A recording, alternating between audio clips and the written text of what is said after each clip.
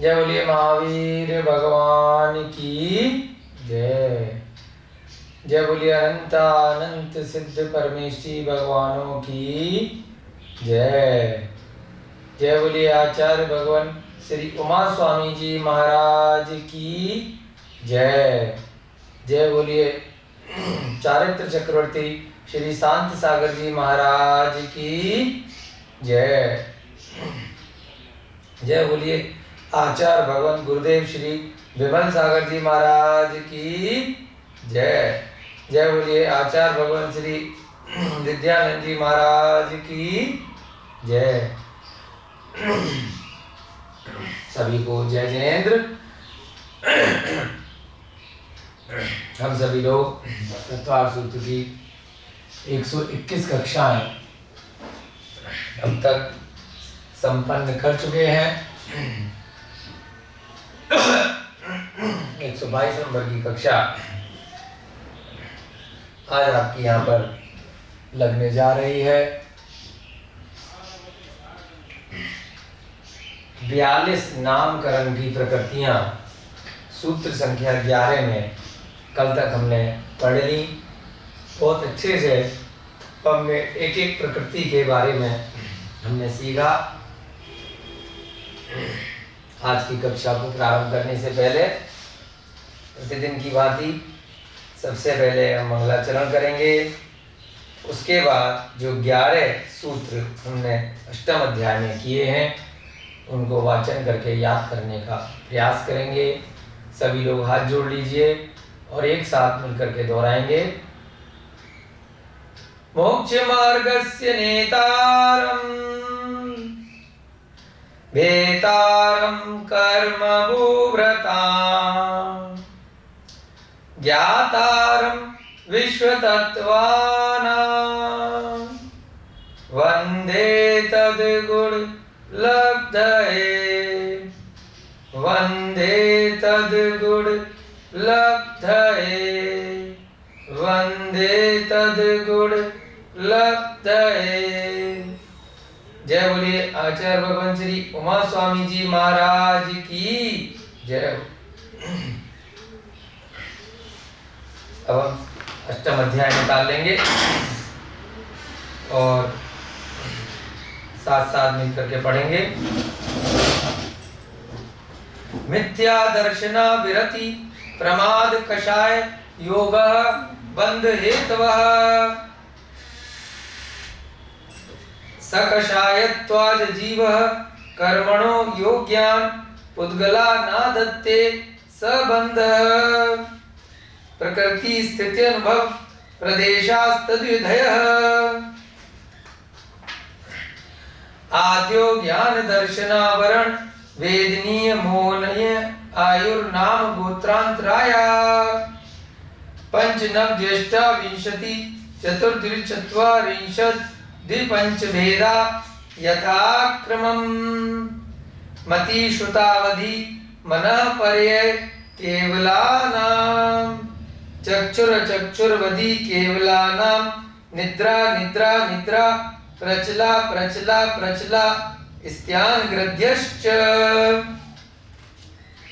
स 10 द्वेध्ये दर्शन चारित्र मोहनीया कषाय कषाय वेदनीया ख्यास त्रिद्वि नव षोडश भेदा सम्यक्त मिथ्यात् तदुभयान कषाय कषायौ हास्यरतिरति शोक भय जुगुप्सा स्त्री पुण्य नपुंसक वेदा अनंतानुबंध प्रत्याख्यान प्रत्याख्यान संजुलन विकल्पाश्चैकशः क्रोध मान माया लोभा नारक तैर्यक योन मानुष देवानी गति जाति शरीरांगोपान निर्माण बंधन संघात संस्थान सहनन स्पर्श रस गंध वर्णानुपूर्व्या गुरु लघुपघात परघाता तपो द्योतोच्छ्वास विहायो गतियः प्रत्येक शरीर त्रस सुभग सुसुवर शुभ सूक्ष्म पर्याप्ति स्थिरादे यशः कीर्ति क्षेत्राणि तीर्थंकरत्वं च। इस प्रकार से हमने 11 सूत्र यहाँ पर देखें। एक बार आज की कक्षा के अगले सूत्र प्रारंभ करने से पहले हम लोगों ने जो 11वां नंबर के सूत्र में कल चर्चा की थी उसको जल्दी से रिवाइज करेंगे। कल तक की कक्षा से पूर्व हमने 16 नामकरण की प्रकृतियां देख ली थी। एक बार जल्दी से उनके नाम लेंगे। पहली थी गति, दूसरी जाति, तीसरा शरीर, फिर अंगोपांग, निर्माण, बंधन, संघात, फिर संस्थान जो 6 प्रकार का बताया था। उसके बाद सहनन, ये भी 6 प्रकार का बताया था। उसके बाद स्पर्श, फिर रस, फिर गंध, फिर वर्ण, फिर आनुपूर्व, फिर अगुरु लघु और फिर उपघात और परिघात। कल की कक्षा में हमने 18वें नंबर की प्रकृति से प्रारंभ किया था, आतप नामकरण की प्रकृति। उसे क्या बताया था, जैसे सूर्य के प्रकाश पे जो एक इंद्रिय वाले स्थावर भूमिकायक जीवों की उत्पत्ति होती है वह आतप नामकरण के उदय से होती है। उनके शरीर से उष्णता निकलती है, गर्म वायु निकलती है, गर्मी निकलती है, तो उनका गर्म शरीर मिलता है, तो उसे क्या कहते हैं, ऐसे भूमिकायक जीव जो आतप नामकरण के उदय से उत्पन्न हुए। दूसरा उद्योत। उद्योत का क्या मतलब है, जब किसी के शरीर से शीतल किरणें निकले, शीतलता निकले, जैसे चंद्रमा के जो विमान हैं उन पर उत्पन्न होने वाले एक इंद्रिय भूमिकायक जीव। उसके बाद उच्छ्वास, कल की कक्षा में देखा था हमने, जो जीव जैसे सांस लेते हैं, सांस छोड़ते हैं, तो किस स्थान से वे सांस लेंगे, ये सब किस नामकरण के उदय से होता है। पूर्व में उन्होंने उच्छ्वास नाम का नामकरण का आश्रय किया था, फिर बंद किया। उसके बाद जब उसका उदय आएगा तो उनको सांस लेना और छोड़ना उनके शरीर में उन्हें मिलेगा। जो स्पर्श वाले हैं उनके में ऐसी कोई व्यवस्था नहीं है। स्पर्श, रसना, घ्राण, चक्षुकर्ण 5 इंद्रियां हमने देखी थी। तो जो सांस लेना वाली एक तरह से किसमें है, स्पर्श रसना के बाद वालों, तो उसमें क्या है, किस वजह से है, उच्छ्वास नामकरण के कारण। फिर हमने 21वां नंबर की नामकरण की प्रकृति देखी थी, विहायो गति, यानी कि जो जीव जंतु उड़ते हैं आकाश में तो किस नामकरण के कारण से उड़ते हैं, विहायो गति। अब उसमें प्रशस्त और अप्रशस्त 2 प्रकार से देखा था, यानी कि जो बहुत अच्छी तरह से उड़ सकते हैं, जो बहुत अच्छी चाल से उड़ते हैं, तो उनके कौन सी गति है, विहायो गति में भी प्रशस्त, और जो अच्छी चाल से नहीं उड़ पा रहे, गिर पड़ रहे हैं उड़ते में, तो उनका क्या है, अप्रशस्त विहायो गति। ये भी क्या है, नामकरण के उदय से 21 प्रकृतियां हमने यहाँ पर देखी थी। इसके बाद कल आपको बताया था कि 10 प्रकृतियां हैं, उनका 10 का प्रत्येक का एक एक क्षेत्राणी यानी कि विपरीत प्रकृति है। तो 10 और 10 20, इस प्रकार से 22वें नंबर की प्रकृति से यहाँ पर प्रारंभ हुई है। एक एक करके हमने जोड़े में लिया था, प्रत्येक शरीर उसका विपरीत साधारण शरीर।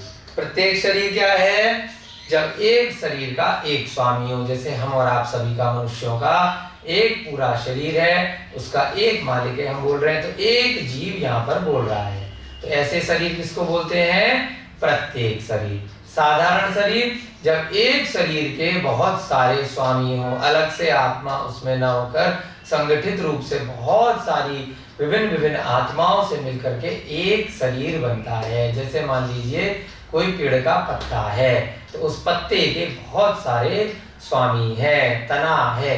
एक पेड़ पूरा अलग रूप से भी है, और उसके जो शाखाएं हैं, फूल हैं, पत्ते हैं, ये सब वनस्पति का एक जो जीव है, उनमें क्या है, एक शरीर जो दिख रहा है ऊपर से, उसके बहुत सारे स्वामी हैं। उनके शरीर से स्पर्श इंद्रिय से मिलकर वो सब क्या बना है, वनस्पति का एक जीव। ठीक है, एक इंद्रिय जीवों के आपको ध्यान रखना है। सभी के जो पहली वाली इंद्रिय है, स्पर्श इंद्रिय, वह रहती है, तो उनको क्या बोलते हैं, साधारण शरीर, जिसके एक शरीर के अनेक स्वामी। फिर स्थावर नामकरण, यानी कि पांचों प्रकार के स्थावर नामकरण के उदय से 5 प्रकार के जीव बनते हैं। जल का एक, अग्नि का एक, वायु का एक और वनस्पति का एक और भूमि का एक। इस प्रकार से 5 नामकरण के उदय से स्थावर जीव बन जाते हैं। स्थावर का विपरीत क्या है? त्रस। त्रस नामकरण यानी कि स्थावर के अतिरिक्त त्रस वाला नामकरण का बंध किया, यानी 2 इंद्रिय से 5 इंद्रिय का आपने जो भी जीव का बंध किया उसे क्या कहते हैं? त्रस जीव। त्रस नाली आपको बताई थी 3 लोक में। त्रस जीव उस त्रस नाली के बाहर नहीं जाते, स्थावर जीव त्रस नाली के अंदर भी रहते हैं और बाकी के बचे हुए 3 लोक में प्रत्येक स्थान पर स्थावर जीव ठसाठस भरे रहते हैं। उसके बाद सुभग और दूसरा जोड़े में दुर्भग। सुभग माने जब अन्य जीव आपको देख करके प्रीति करें, दुर्भग जब अन्य जीव आपको देख करके प्रीति ना करें, अप्रीति करें। तो ये भी किस कारण से है? आपके नाम कर्म के उदय से। फिर क्या है? सुस्वर और दुस्वर। आपको अच्छी आवाज मिले, अच्छा स्वर मिले, मधुर वाणी मिले, वो किस वजह से है? वो आपके सुस्वर वाले नामकरण से। और उसका विपरीत, अगर आपका स्वर अच्छा नहीं है, आपकी आवाज अच्छी नहीं है। शुभ और अशुभ। शरीर के अंगों के बारे में वार्ता कर रहे हैं यहाँ पर नामकरण में। तो जब उस शरीर के अंग बहुत शुभ हों, बहुत सुंदर हों, और जब शरीर के अंग बहुत सुंदर नहीं हों, कुरूप हों, ये सब क्या है? अशुभ नामकरण की वजह से हैं। उसके बाद 32वां हमने देखा सूक्ष्म और उसका 33वां विपरीत बादर। सूक्ष्म का मतलब जब बहुत सूक्ष्म शरीर मिले, जैसे एक इंद्रिय जीवों का, सूक्ष्म जीवों का, कि वह ना किसी के द्वारा रोके जा सके, ना कोई उन्हें रोक सके। अब वायु का एक जीव है, वो कहीं पर भी इतने सूक्ष्म है कि प्रवेश कर सकते हैं, इस दीवार को भी क्रॉस करके निकल सकते हैं, भूमि को भी क्रॉस करके निकल जाएंगे, छत से भी निकल जाएंगे, आपके शरीर के भी आर पार निकल जाएंगे। इतने सूक्ष्म होते हैं वायु का एक जीव। तो ये किस नामकरण के उदय से होते हैं? सूक्ष्म नामकरण के उदय से। और सूक्ष्म का विपरीत बादर। सूक्ष्म जीवों के अतिरिक्त जितने भी जीव हैं जो हमें नेत्रों से दिखाई दे सकते हैं, तो ये सब क्या है? बादर हैं। वो कुछ ना कुछ स्थान घेरते हैं। अब आप हैं, मान लीजिए, तो कहीं एक स्थान पर बैठे हैं, तो दूसरा बादर वाला जीव, दूसरा मनुष्य आकर के उसके ऊपर कैसे बैठेगा? तो उसको अलग से स्थान चाहिए, है ना? तो उसे क्या बोलते हैं? जो स्वयं भी किसी को रोक सके और स्वयं भी अन्य को रोक सके, स्वयं भी बाधित हो सके और अन्य के द्वारा बाधित हो सके, उसे क्या कहते हैं? बादर। फिर हमने देखा 34वां यहाँ से पर्याप्ति और 35वां उसका विपरीत अपर्याप्ति।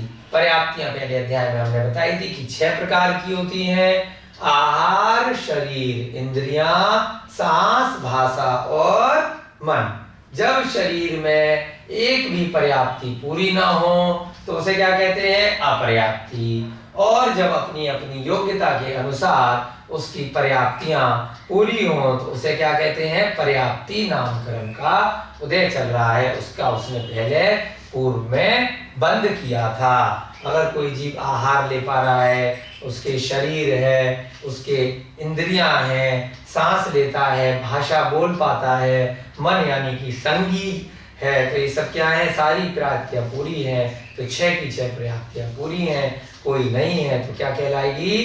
अपर्याप्त। उसके बाद स्थिर और उसका विपरीत अस्थिर। अब उसके शरीर में जो चीज जहां होनी चाहिए वो अपने स्थान पर स्थिर है। कौन कौन सी चीजें? रस है, जैसे जल इत्यादि जो शरीर के रस हैं, रक्त है, मांस है, वात, पित्त, कफ है, ये शरीर में जहां होने चाहिए वहां पर स्थिर है अपनी अपनी पोजीशन पे।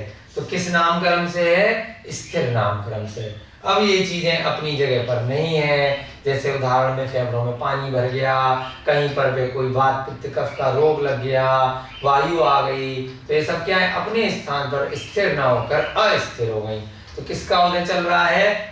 अस्थिर नामकरण का उदय चल रहा है, जिस वजह से ये अपने स्थान पर स्थिर न होकर कहीं और पहुंच गई और शरीर में रोग आदि उत्पन्न कर दिया। आदे, आदे का विपरीत अनादे। कई पुस्तकों में गलती से अनादर छप गया है, तो आप उसको ठीक कर लीजिएगा। यहाँ पर क्या शब्द है? अनादे। आदे का मतलब क्या बताया था? जब शरीर में बहुत ज्यादा आभा हो, तेज हो, प्रकाश हो।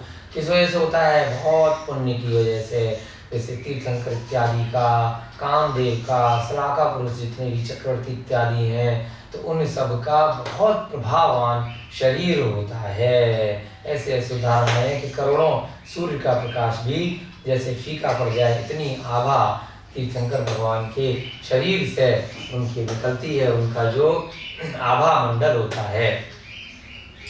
तो उस किस कारण से है? आदे नामकरण के उदय से। अनादे शरीर बहुत ही फीका हो, मटमैला हो, आभा से रहित हो।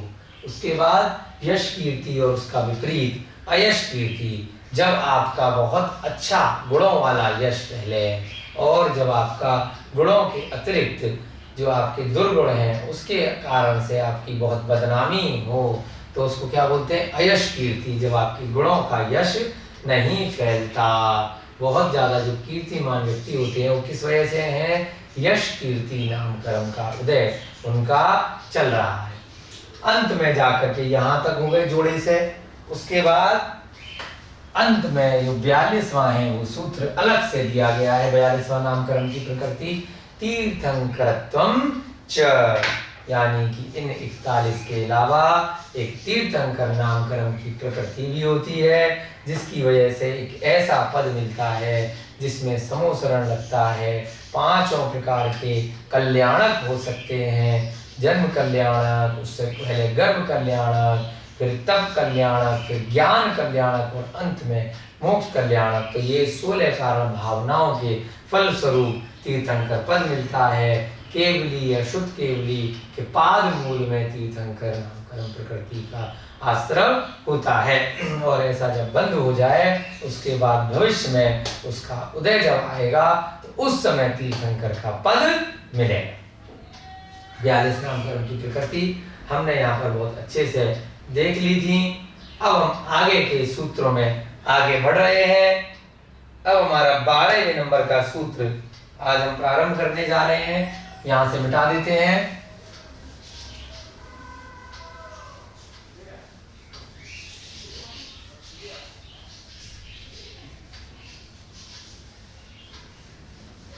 कौन कौन से कर्म हो गए हैं हमारे?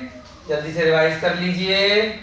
ज्ञानावर्णी, दर्शनावर्णी, उसके बाद वेदनी, फिर मोहनी, मोहनी के बाद में आयु हो गया, और छठा ये नाम हो गया। अब हम 7वां कर्म यहाँ पर अब अगले सूत्र में देखने जा रहे हैं।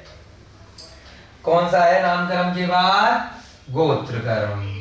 और उसके बाद 8वां कर्म बचेगा अंतराय कर्म। ये दोनों छोटे छोटे से हैं, बहुत जल्दी आपको समझ में आ जाएंगे।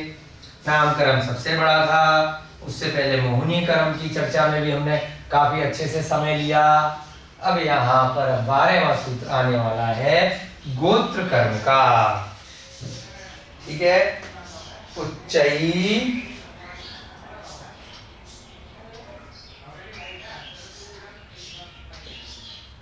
उच्चई नीचैश्च।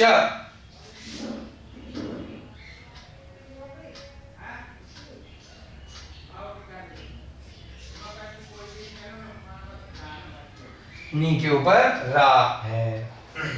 क्या अर्थ निकला इसका? उच्चई, फिर नीचई, च मान है। और गोत्र शब्द का प्रयोग नहीं किया है क्योंकि नंबर से एक एक करके सूत्र चलते जा रहे हैं। तो क्या निकला इसका अर्थ? अगला वाला जो नामकरण के बाद वाला जो आपका कर्म है प्रकृति बंध के अंदर, जो हमने 8 भेद देखे थे, तो अगला वाला यानी कि 7वां जो है गोत्र कर्म, उसके कौन कौन से भेद हैं? उच्चई यानी कि उच्च, नीचई माने नीच, यहाँ से र निकल गया तो क्या भेद बना इसका, उच्चई। यहाँ पर विसर्ग लग जाएगा। उसके बाद यहां से नी र इधर आ जाएगा, उच्चई।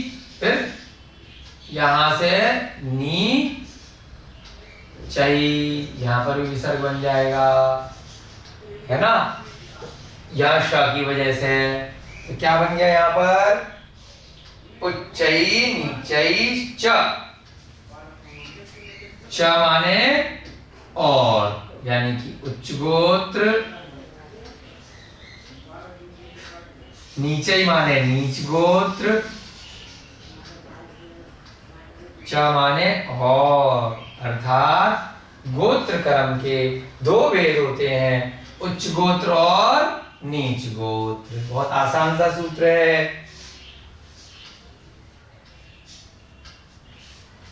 अर्थात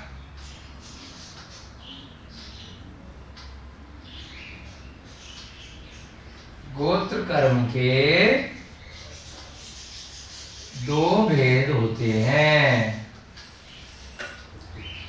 नंबर 1 उच्च गोत्र, नंबर 2 नीच गोत्र। अब उच्च गोत्र और नीच गोत्र क्या होता है, प्रारंभ में भी आपको बताया जा चुका है, फिर से बता देते हैं। नीच गोत्र जब निम्न कुल में जन्म मिलता है तो उस पे आपका तो कोई बस है नहीं। तो क्यों है निम्न कुल में जन्म मिला, क्योंकि उसने पूर्व जन्म में ऐसे निम्न प्रकृति के कार्य किए होंगे, ऐसे गलत कार्य करे होंगे, जीव हिंसा इत्यादि करी होगी, पापों में लिप्त रहा होगा, मांस भक्षण किया गया होगा उसके द्वारा, है ना। तो उसकी वजह से क्या हुआ, उसको वर्तमान में निम्न कुल में जन्म मिला। और उच्च गोत्र किसे मिलता है, राजा के यहाँ पैदा हो गए, है ना, बहुत धनाढ्य बहुत धर्मात्मा कुल में जन्म हुआ। तो वो सब किस कारण से है, पूर्व जन्मों में उसने बहुत अच्छे कार्य किए, जिसके कारण से उसको उच्च गोत्र मिला। उच्च गोत्र और नीच गोत्र क्या होते हैं, यहाँ लिख लीजिए। पहला उच्च गोत्र, अब समय के अनुसार ये चीज देखी जाती है, जैसा क्षेत्र चल रहा है, जो समय चल रहा है, उस समय कौन सा लोकमान्य कुल है जगत में जिनकी उस समय में मान्यता है, ठीक है। तो लोकमान्य कुल में जन्म क्या कहलाता है, उच्च गोत्र में जन्म। लोकमान्य कुल में जन्म, जहां पर आपको जिनेंद्र भगवान की पूजा करने को मिले, आपको सम्यक दर्शन की प्राप्ति हो सके, ऐसे उच्च कुल में जन्म क्या कहलाता है, उच्च गोत्र। वर्तमान के समय में अगर देखेंगे तो जैसे 4 श्रेणियों में समाज का यहाँ पर हमारे देश में विभाजन किया गया है, ब्राह्मण, क्षत्रिय, वैश्य और शूद्र। तो इनमें से ब्राह्मण हो गए, क्षत्रिय हो गए, वैश्य भी हो गए, ये एक प्रकार से वर्तमान समय की अपेक्षा से उच्च गोत्र माने जाते हैं। परंतु यदि कोई व्यक्ति किसी जन्म में जन्म ले ले किसी कुल में, और वह निम्न कुल वाले कार्य करे, हिंसा आदि पापों में लिप्त रहे, है ना, बहुत ज्यादा ऐसे बुरे आचरण करे, तो उसका गोत्र गिर जाता है। इसी प्रकार से जब कोई निम्न कुल में जन्म लेने के बाद भी अच्छे कार्य करने लगे तो उसका कुल में परिवर्तन संभव है, वर्तमान के भर में भी हो सकता है और भविष्य की पर्यायों में तो होएगा ही, क्योंकि हमने भी पिछले जन्मों में बहुत सारे पुण्य किए होंगे, जिसकी वजह से हमने निम्न श्रेणियों में से निकल करके अच्छे कुल में जन्म लिया।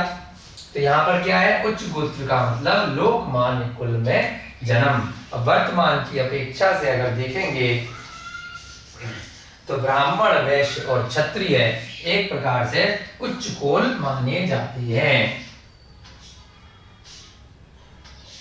और यदि उन उच्च कुल में जन्म लेकर कोई व्यक्ति गलत कार्य करता है तो भले ही वो अपना सर्टिफिकेट लेकर उच्च कुल का माने, लेकिन वह निम्न श्रेणी का ही माना जाएगा। वर्तमान के वर्तमान समय की अपेक्षा से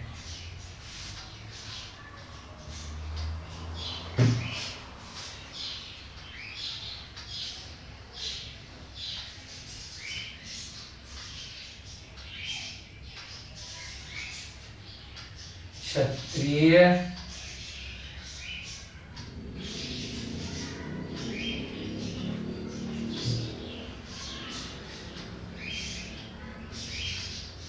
ब्राह्मण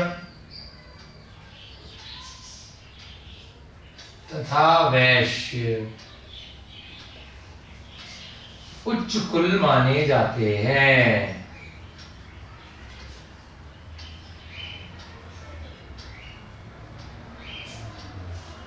जो जिनेंद्र भगवान में आस्था रखते हैं उनको जैन भी बोलते हैं, वे सभी क्षत्रिय के अंदर ही आते हैं। भगवान महावीर का जो कुल था वह क्षत्रिय था, तो उनके जो अनुयायी हैं उनको मानने वाले भी क्षत्रिय कुल में ही माने जाते हैं। कुछ लोग जैन कुल वालों को व्यापार इत्यादि अधिक करते हैं तो इसलिए उनको वैश्य भी मान लेते हैं, परंतु मूल रूप से क्षत्रिय की श्रेणी में ही आते हैं। लेकिन ये सभी ही अपने कर्म के हिसाब से वर्तमान में होते हैं। जैसा व्यक्ति कर्म करेगा उसके हिसाब से उसका कुल होता है। अगर वो निम्न कोटि का कार्य करेगा, बहुत ज्यादा जीव हिंसा के पांचों पापों के कार्य करेगा, तो भले ही उसका जन्म किसी भी कुल में हुआ हो, लेकिन वह क्या माना जाएगा?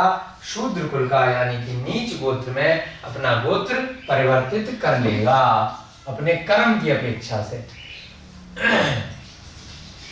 इसके बाद कौन सा है? निम्न कुल, यानी कि नीच गोत्र।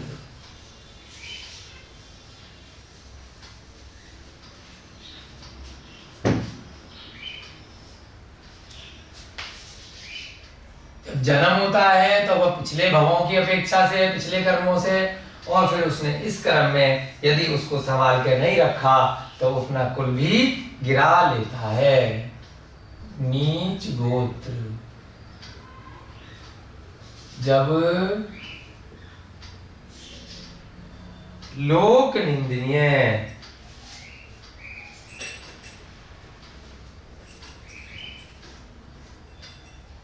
कुल में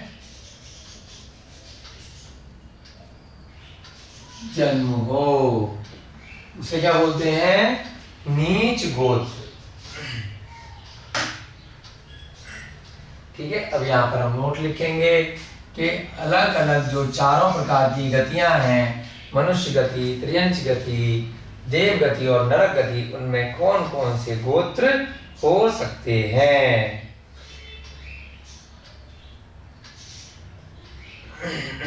मनुष्य में उच्च, ये चारों प्रकार के कुल हो सकते हैं, यानी कि उच्च और नीच गोत्र सभी मिल सकते हैं।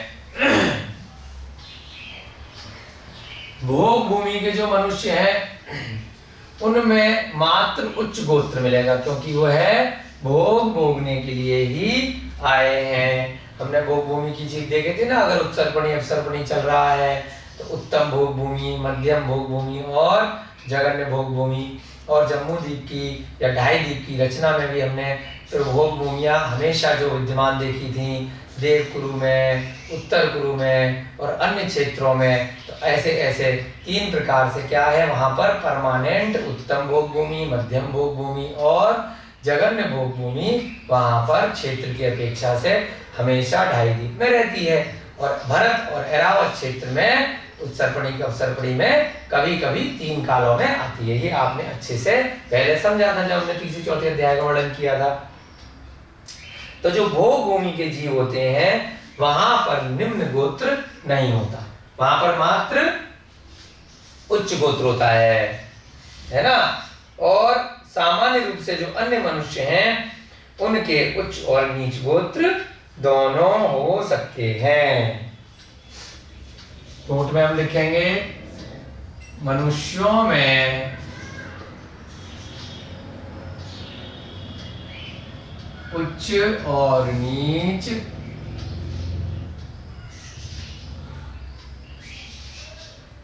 दोनों गोत्र हो सकते हैं, परंतु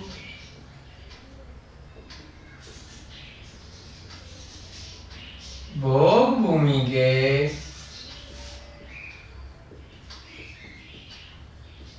मनुष्यों में उच्च गोत्र ही होता है। अब त्रियंचों में कौन कौन से गोत्र हो सकते हैं? त्रियंचों में जन्म से तो नीच गोत्री होता है, तभी वह जाकर के त्रियंच बने। परंतु त्रियंच गति का जीव यदि व्रतों को ग्रहण कर लेता है, हमने पहले भी देखा था, वह श्रावक भी बन सकता है ना। मनुष्य भले ही नहीं है, लेकिन वह व्रतों को धारण कर सकता है। बहुत सारे आपने प्रतिमानियों के उदाहरण देखे होंगे। जटायु पक्षी ने किया, शेर की पर्याय में भगवान महावीर के जीव ने किया, है ना, और हाथी की पर्याय में पार्श्वनाथ के जीव ने किया। तो ये सब क्या हो गए, है ना। मुर्गे की पर्याय में जो आपका राजा यशोधर का जीव था, उन्होंने किया। तो ये सभी त्रियंच की पर्यायों में इन्होंने व्रतों को ग्रहण किया। अपने किसी भी वजह से उनको उस समय जाति स्मरण हुआ, जिससे उन्हें पूर्व भवों का ज्ञान हुआ, या फिर किसी के द्वारा उन्हीं महाराज इत्यादि वहाँ पहुँचे, उन्होंने उन्हें सच्चा मार्ग बताया और उन्हें पूर्व उन्हें स्मरण में आ गया, और उसके माध्यम से उन्होंने व्रतों को ग्रहण कर लिया। तो जैसे ही त्रियंच व्रतों को ग्रहण कर लेता है तो कर्म सुधर जाते हैं, और उसका निम्न गोत्र वहीं त्रियंच गति में भी उच्च गोत्र में परिवर्तित हो जाता है। तो अब वह क्या करता है बाकी बचे हुए समय में त्रियंच गति में? अब वह जीव हिंसा नहीं करता, अन्य जीवों को नहीं सताता, नियमों का पालन करता है और अपनी बची हुई आयु शांति पूर्वक निकालता है, और अंत में समाधि मरण उस त्रियंच गति में भी वह जीव कर लेता है। तो वह क्या कहलाता है? उच्च गोत्र में उसने अपने कर्म के माध्यम से अपने को परिवर्तित कर लिया। ऐसे ही मनुष्य में क्या होता है, भले ही जन्म से आपने उच्च गोत्र में जन्म लिया, लेकिन सारे आपने गलत कार्य किए, तो उसकी वजह से क्या होगा, निम्न गोत्र में आप चले गए। तो ठीक है, यहाँ पे लिख लेते हैं हम इस बात को। त्रियंचों का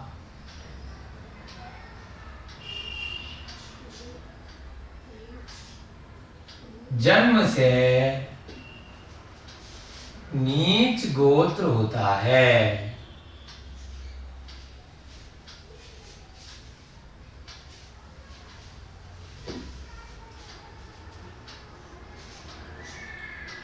परंतु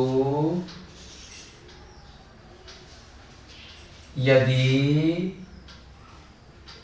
कोई त्रियंच, है ना, भगवान की समूह शरण में बहुत सारे त्रियंच पहुंचते हैं, वहां जाकर के मान लीजिए उन्होंने नियम ले लिए, तो क्या होगा, उनका निम्न गोत्र उच्च गोत्र में परिवर्तित हो जाएगा। यदि कोई त्रियंच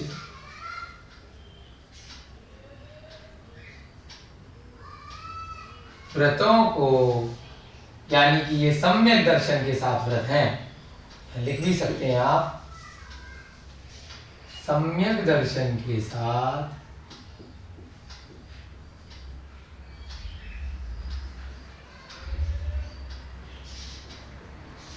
व्रतों को ग्रहण कर लेता है। व्रतों को ग्रहण करने का मतलब है कि अंत में अपना समाधि मरण भी करता है, तब उसका जो नीच गोत्र है उच्च गोत्र में बदल जाता है, परिवर्तित हो जाता है। ठीक है, मनुष्य का हो गया, त्रियंच का हो गया। अब कौन बचे? देव और नारकी। देवों का तो हमेशा क्या होगा, उच्च गोत्र ही रहेगा, और नारकियों का हमेशा निम्न गोत्र ही रहेगा, है ना। नारकियों में, सभी नारकियों का निम्न गोत्र होता है, सभी नारकियों का नीच गोत्र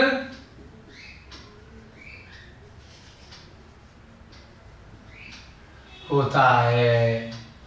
ठीक है। और सभी देवों का क्या होता है? उच्च गोत्र होता है।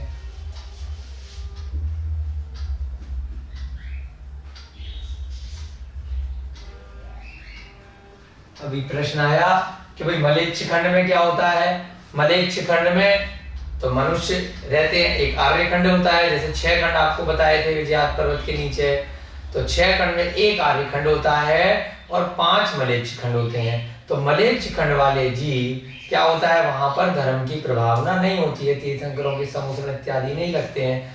तो वहां पर भी क्योंकि मनुष्य की बात है तो यहीं पर लिख सकते हैं मलेच्छ खंडों में नीच गोत्र होता है। परंतु वहां से जैसे चक्रवर्ती विवाह के लिए कन्याओं को लेकर यहाँ ले आता है, तो जब क्षेत्र परिवर्तित हो गया, उसके साथ चक्रवर्ती के साथ विवाहित हो गई, तो उनका गोत्र उच्च गोत्र में बदल जाता है। अन्यथा सामान्य रूप से मलेच्छ खंड में क्या होगा कि सभी का नीच गोत्र ही होता है। तो यहीं पर लिख सकते हैं, क्योंकि मनुष्यों के बारे में ऊपर लिखवाया था। मलेच्छ खंड में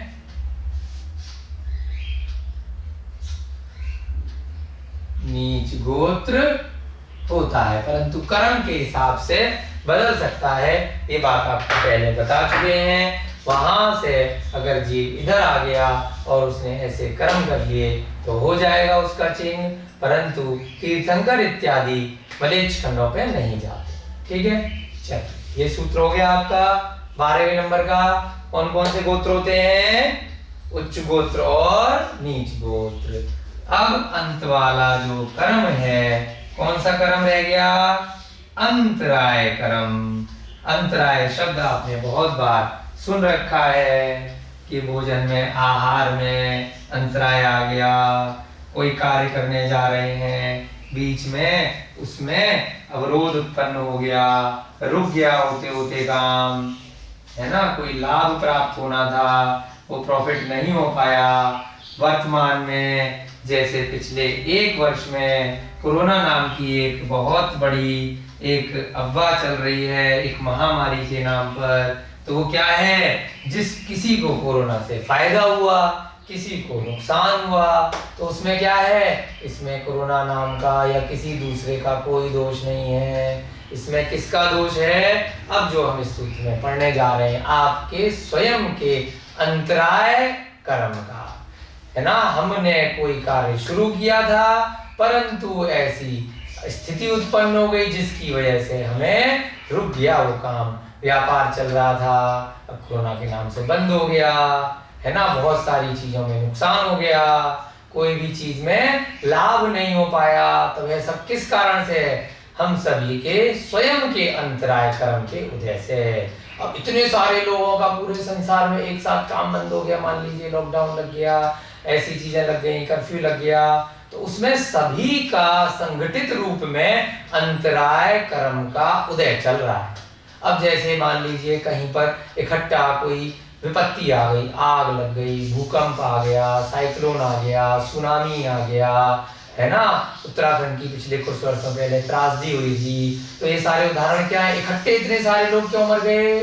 क्योंकि उन्होंने ऐसे कर्म किए कि वो सारे की सारे एक साथ एक स्थान पर पहुंच गए, और उनके संगठित कर्मों की वजह से उन सब का एक रूप में मरण हो गया, अगर किसी त्रासदी में हो गया।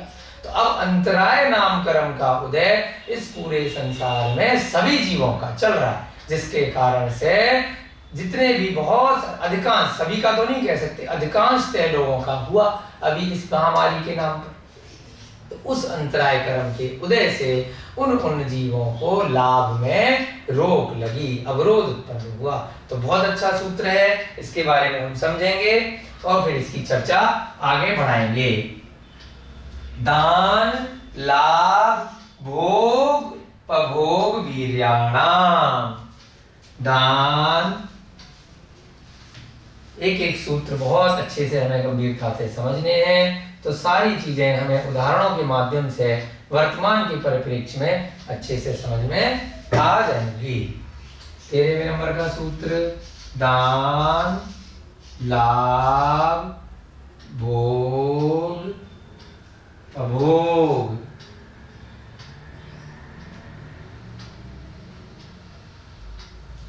भोगोपभोग, वीर्याणाम।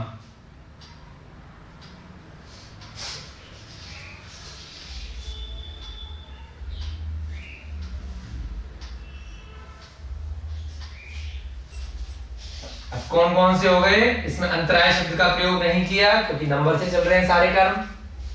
दान, लाभ, भोग, उपभोग का मतलब भोग और उपभोग। वीर्याणाम यानी कि वीर बोलते हैं शक्ति को।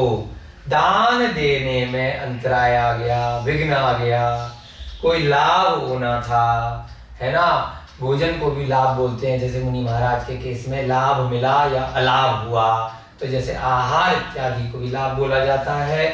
और कोई धन, वैभव, संपत्ति, है ना, आपकी ख्याति, ये सभी चीजें भी लाभ में ही आ जाती हैं कि कुछ लाभ होना था वह नहीं हुआ।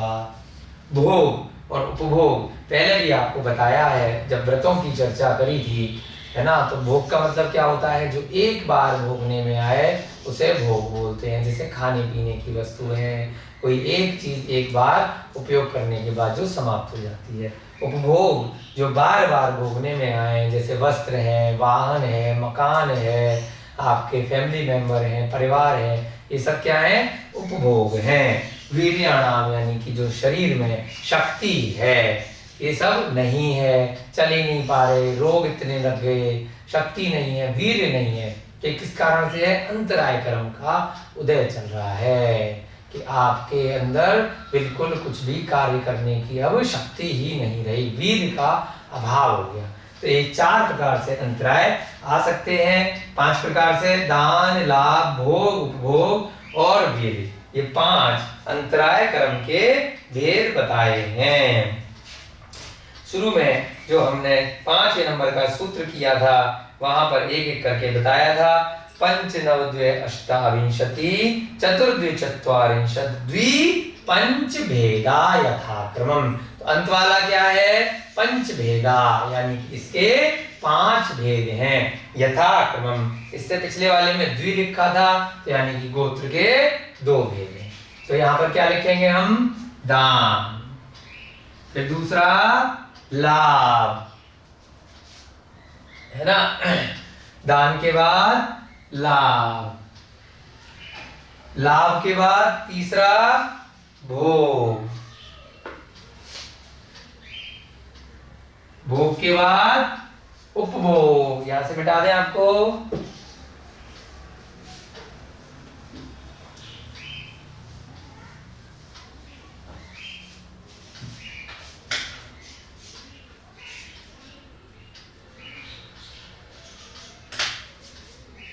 भोग, उपभोग,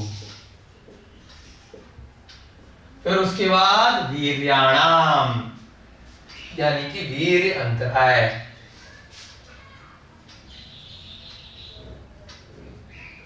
कितने हो गए? 1, 2, 3, 4 और 5। सबसे पहले अंतराय का अर्थ लिखेंगे। अंतराय का मतलब होता है विघ्न आना। अंतराय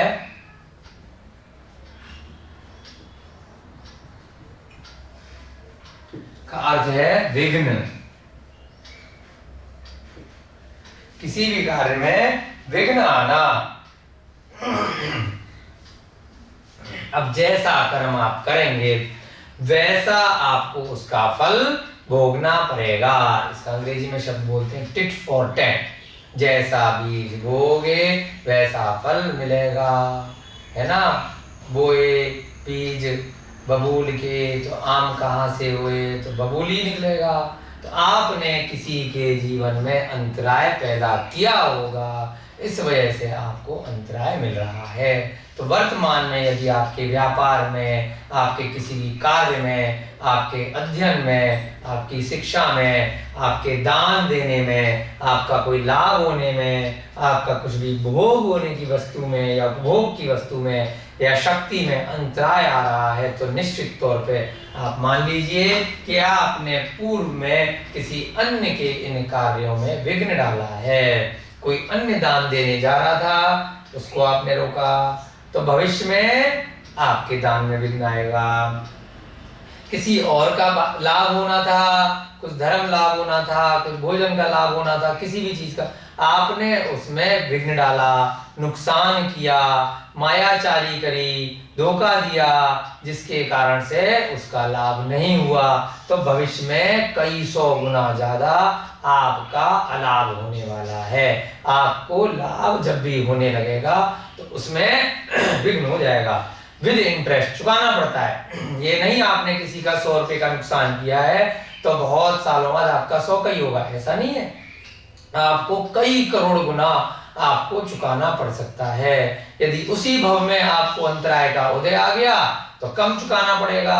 यह भव निकल गया, भविष्य की पता नहीं कितनी पर्यायों बाद अगर आएगा तो इतने हजारों लाखों साल का आपको ब्याज तो देना पड़ेगा ना। आपने किसी से कुछ उधार लिया है तो अगर आप 1 साल बाद चुकाएंगे तो बिना ब्याज के तो नहीं चुका सकते।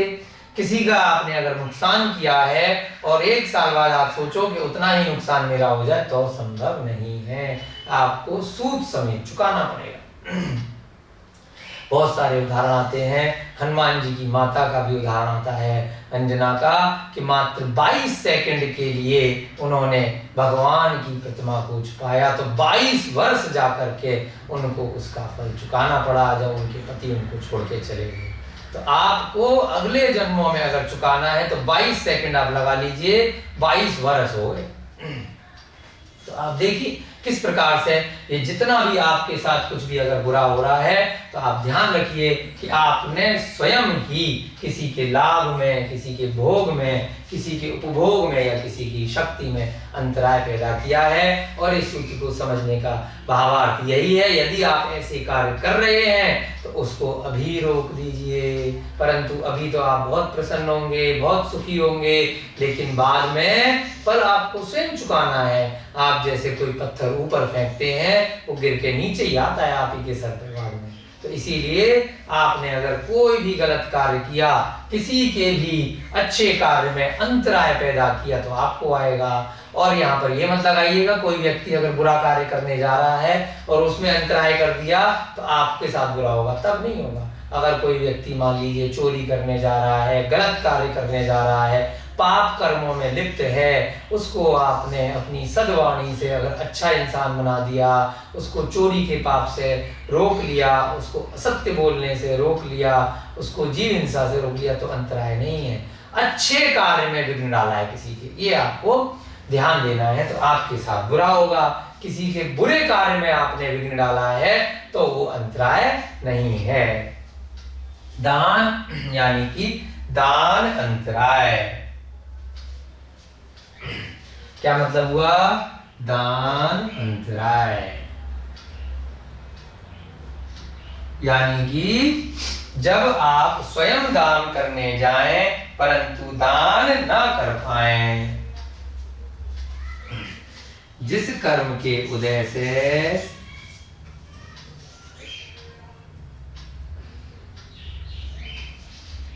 दान की इच्छा होने पर भी दान नहीं हो पा रहा,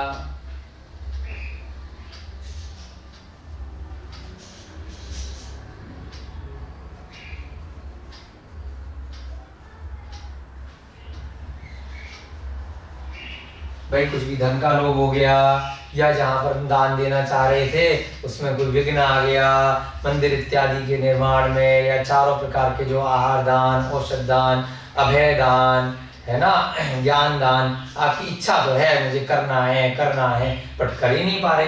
क्यों? क्योंकि दान अंतराय का आपका उदय चल रहा है। पहले आपने किसी के दान देने में रोक लगाई होगी, उसको बरगलाया होगा, भड़काया होगा कि क्या दान देके करना, अपने ऊपर खर्च करो, अपने स्वयं के ऊपर कोई दान देने की जरूरत नहीं है। तो आप भी कभी भी अपने पुण्य के लिए यदि ऐसा कार्य करने लगेंगे तो उसमें रोक लग जाएगी। दूसरा, लाभ। जब लाभ प्राप्त हो सकता है परंतु नहीं हो पा रहा, लाभ अंतराय। बहुत मेहनत करी, व्यापार में लगे रहे, लेकिन अंत में जाके क्या हो गया, आग लग गई सामान में, चोरी हो गई, हिसाब किताब में कुछ गड़बड़ी हो गई, नुकसान हो गया, कहीं पर भी कोई माल आपका फंस गया। किसी भी प्रकार से आपको यदि लाभ नहीं हो रहा है तो आप मान लीजिए इसमें किसी दूसरे का, किसी सरकार का, किसी अधिकारी का, या किसी दूसरे व्यापारी का, किसी मित्र का, किसी कर्मचारी का, किसी परिवार के किसी व्यक्ति का कोई दोष नहीं है। किसका दोष है? वो भले ही निमित्त मात्र से उसने आपके व्यापार में लाभ में दोष लगाया हो, लेकिन दोष किसका है? आपके स्वयं के अंतराय कर्म का उदय चल रहा है। तो इस कारण से आपको लाभ नहीं हुआ, नुकसान हो गया।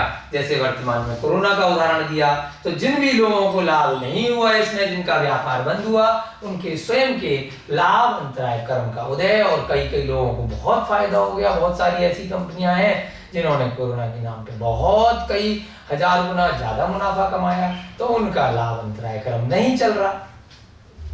जिस कर्म के उदय से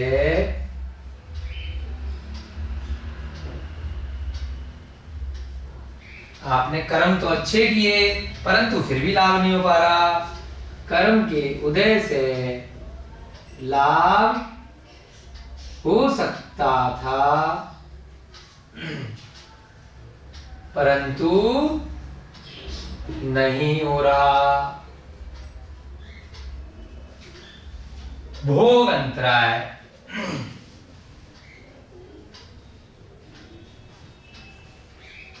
भोग का मतलब ऐसी वस्तु जो एक बार भोगने में आए, जैसे खाने पीने की वस्तुएं हैं, है ना, तो ऐसी वस्तु आपको नहीं मिल रही, आपको भोजन नहीं मिल रहा, आपको कोई भी ऐसी वस्तु जो आपके एक बार के काम की है आपको नहीं प्राप्त हो रही, तो भोग का अंतराय चल रहा है। भोग अर्थात जो एक बार भोगने में आए।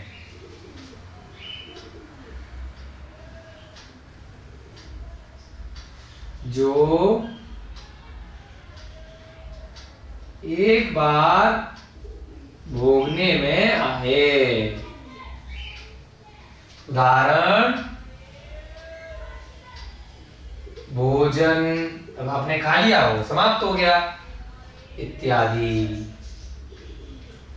जब भोगों में विघ्न आए तो उसको क्या बोलते हैं? भोग अंतराय।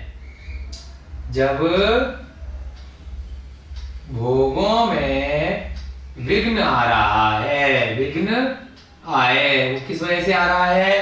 पूर्व में आपने भोग अंतराय नाम, भोग अंतराय कर्म का बंद किया है, अब उसका उदय चल रहा है। उपभोग अर्थात उपभोग अंतराय। उपभोग अर्थात जो बार बार भोगने में आए, जो बार बार भोगने में आए।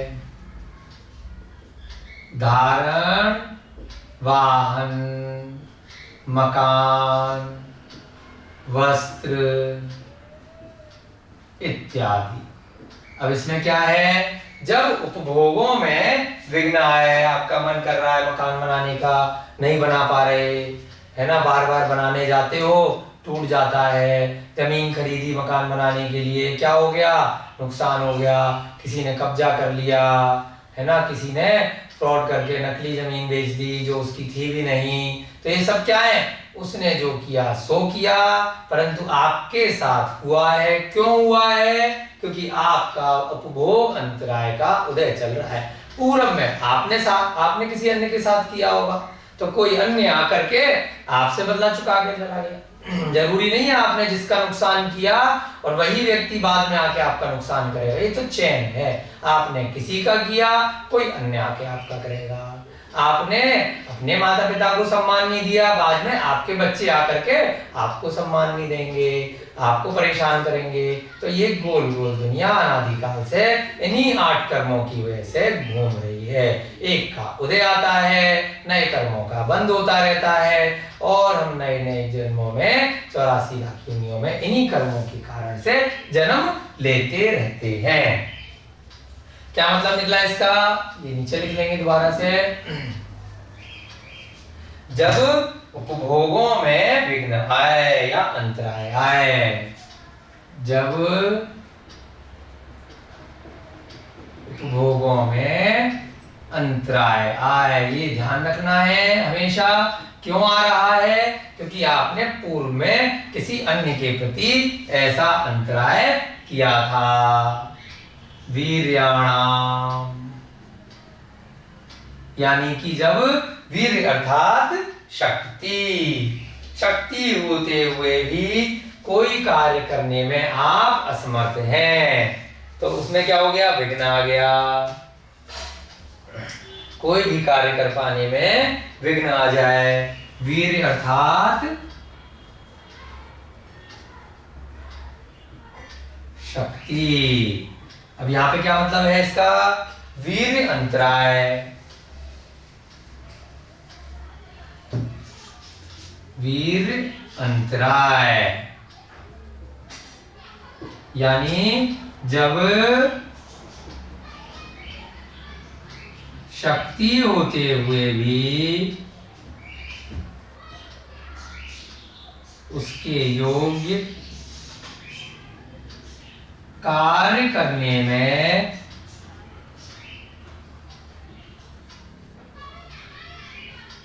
विघ्न आए, तो उसे क्या बोलते हैं? कोई भी आपकी शक्ति है, किसी भी तरह की आपकी पावर है, और आप उस कार्य को कर नहीं पा रहे उसके बाद भी, तो किस कारण से? वीर का आपका अंतराय चल रहा है। मिटा दे नीचे से।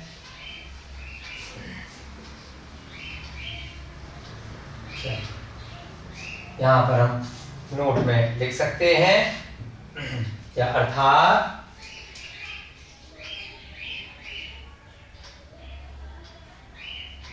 उपर्युक्त 5 अंतराय कर्म के भेद हैं। उपर्युक्त 5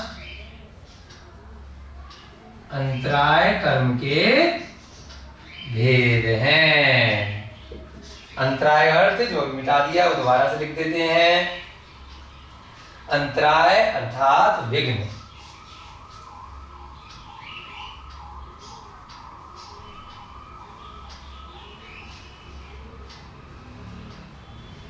कौन कौन से उपयुक्त 5? दान, लाभ, भोग, उपभोग और वीर्य। कौन कौन से हैं? दान, लाभ, भोग, उपभोग और वीर्याणाम। ये 5 अंतराय कर्म के भेद होते। इस प्रकार से हमने यहाँ पर आज 2 सूत्र आज की कक्षा में आपके लिए किए। अगली कक्षा में अब आएगा ये प्रकृति बंध आपका पूरा हो गया है ना। 4 प्रकार से बंध के प्रकार बताए थे आपको शुरू के दूसरे तीसरे सूत्र में। तीसरे सूत्र में बताए थे ना, प्रकृति बंध, स्थिति बंध, अनुभाग बंध और प्रदेश बंध। प्रकृति बंध के ये 8 जो कर्म है आज आपके यहाँ पर समाप्त हो गए हैं। इसके बाद कल की कक्षा में देखेंगे स्थिति बंध, यानी कि ये सारे की सारे 8 कर्म कितने समय तक आत्मा के साथ कार्मण शरीर के रूप में बंधे रहते हैं, कितने समय कम से कम ये फल दे सकते हैं, और ज्यादा से ज्यादा कितने समय तक ये जो कर्म वर्गणाएं हैं ये 8 कर्मों की कार्मण शरीर के रूप में चिपकी रह सकती हैं। और उत्कृष्ट स्थिति कितनी है और जघन्य स्थिति कितनी है। तो ये स्थिति बंध के अंदर हम कल की कक्षा में पूरा चार्ट बनाएंगे और जितने भी इसके आगे वाले सूत्र हैं उनको हम समझेंगे। आज की कक्षा का आपका समय हो रहा है।